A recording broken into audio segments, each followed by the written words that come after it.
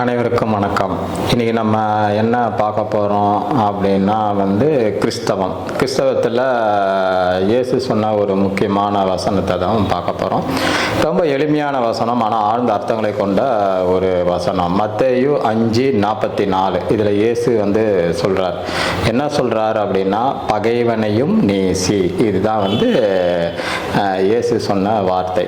இதுக்கு என்ன அப்படின்னா, பகைவனை நேசிக்க முடியுமா? நம்ம நல்லா இருக்கக்கூடாது, கெட்டு போனோம், நம்ம குடும்பம் அழியணும், நம்ம நிம்மதியாக இருக்கக்கூடாது அப்படின்னு சொல்கிறவனை நம்மளால் எப்படி நேசிக்க முடியும்? அது எல்லாராலையும் நேசிக்கவே முடியாது. இயேசு போன்ற ஒரு உயர்ந்த நிலையில் இருக்கக்கூடியவங்களாலையும், உண்மை நிலை உணர்ந்தவங்களாலையும், உயர்நிலை அடைந்தவங்களாலையும் மட்டும்தான் பகைவனை நேசிக்க முடியும். மற்ற யாராலையும் பகைவனை நேசிக்க முடியாது. ஸோ பகைவன் நேசிப்பது என்பது இயலாத காரியம் அப்படின்னு சொல்லிட்டு நிறைய பேர் சொல்கிறாங்க.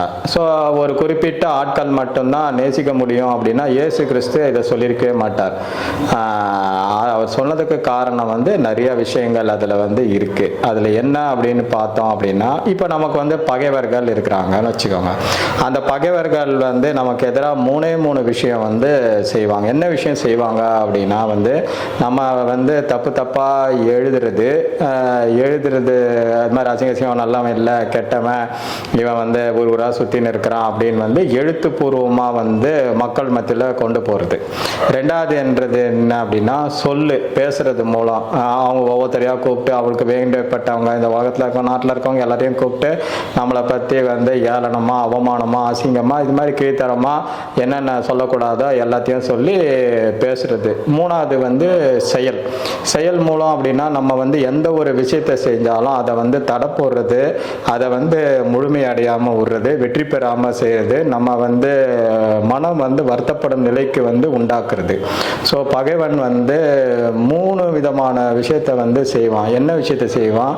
எழுத்து மூலமாக, சொல் மூலமாக, செயல் மூலமாக செய்வான். இது நம்மளை எது பாதிக்கும் அப்படின்னா, நம்மளை 3 விஷயம் பாதிக்கும். எப்படின்னா, உடல், மனம், உயிர், இந்த 3 பகைவன் செய்யக்கூடிய செயல்கள் பாதிக்கும்.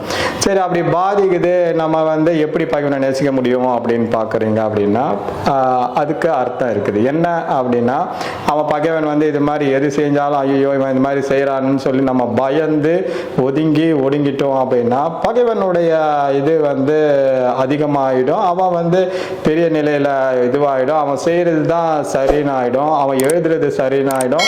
அவன் சொல்கிறது சரின்னு ஆகிடும். அவன் செயல் சரின்னு ஆகிடும்.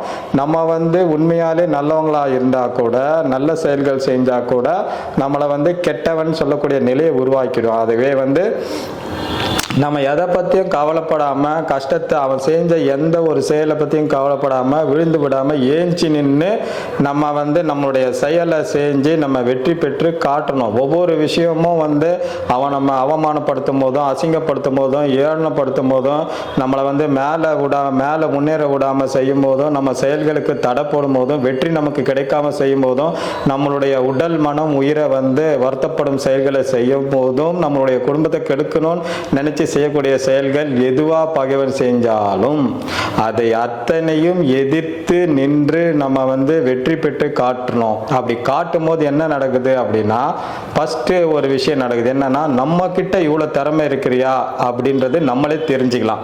இதுதான் ஃபர்ஸ்ட் விஷயம். ரெண்டாவது அவன் பகைவன் செய்யக்கூடிய விஷயத்தெல்லாம் உடைச்சி தூளாக்கி நம்ம வெற்றி பெற்று காட்டும் போது, இந்த சமுதாயமும் என்னது, நம்மளுடைய திறமையை சமுதாயம் புரிஞ்சுக்கும். மூணாவது என்ன அப்படின்னா, நல்லவ மாதிரி இந்த உலகத்தில் நடிச்சிட்டு இருக்கிறவர் இது மாதிரி கீழ்த்தரமான வேலையெல்லாம் செய்வாரான்னு சொல்லி பகைவனை இந்த உலகம் தெரிஞ்சுக்கும். ஸோ ஒரு பகைவன் நமக்கு எதிராக செயல்படும் போது 3 விஷயங்கள் தெரியுது. ஒன்று, நம்மளுடைய திறமை நமக்கு தெரியுது. ரெண்டாவது, நம்மளுடைய திறமை இந்த உலகத்துக்கு தெரியுது. மூணாவது, பகைவன் யாருன்றது இந்த உலகத்துக்கு தெரியுது.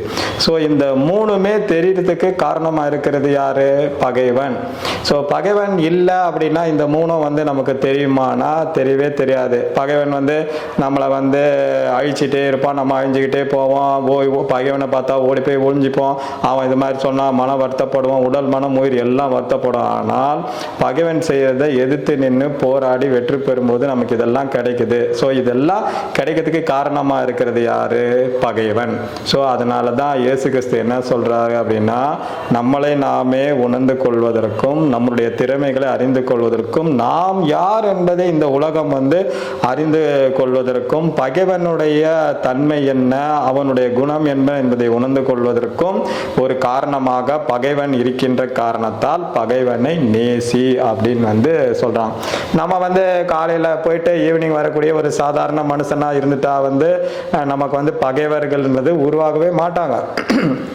பகைவர்கள் அவசியமே இல்லை. நம்ம சுயமா சிந்தித்து சுயமா செயல் செய்து யாருக்கும் அடிமையா இல்லாம எடுப்பார் கைப்பிள்ளையா இல்லாம சுயமா சிந்திச்சு வாழ்க்கையில முன்னேறி அந்த பகைவனோட மேல்நிலைக்கு போறோன்றத உணரும் போதுதான், பகைவனை விட நமக்கு உயர்ந்த செல்வாக்கு வருதுன்னு தெரியும் போதுதான், அவனை விட அறிவாளியா நம்ம உயர்ந்துட்டு இருக்கோம்னு தெரியும் போதுதான் பகைவன் உருவாகுவாங்க.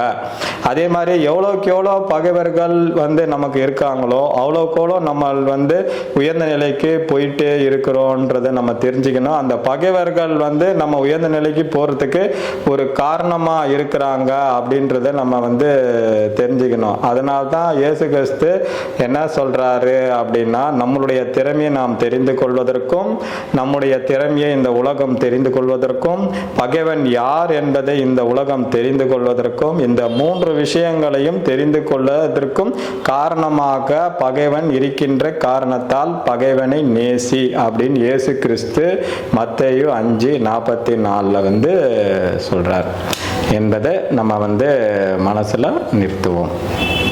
நன்றி, வணக்கம்.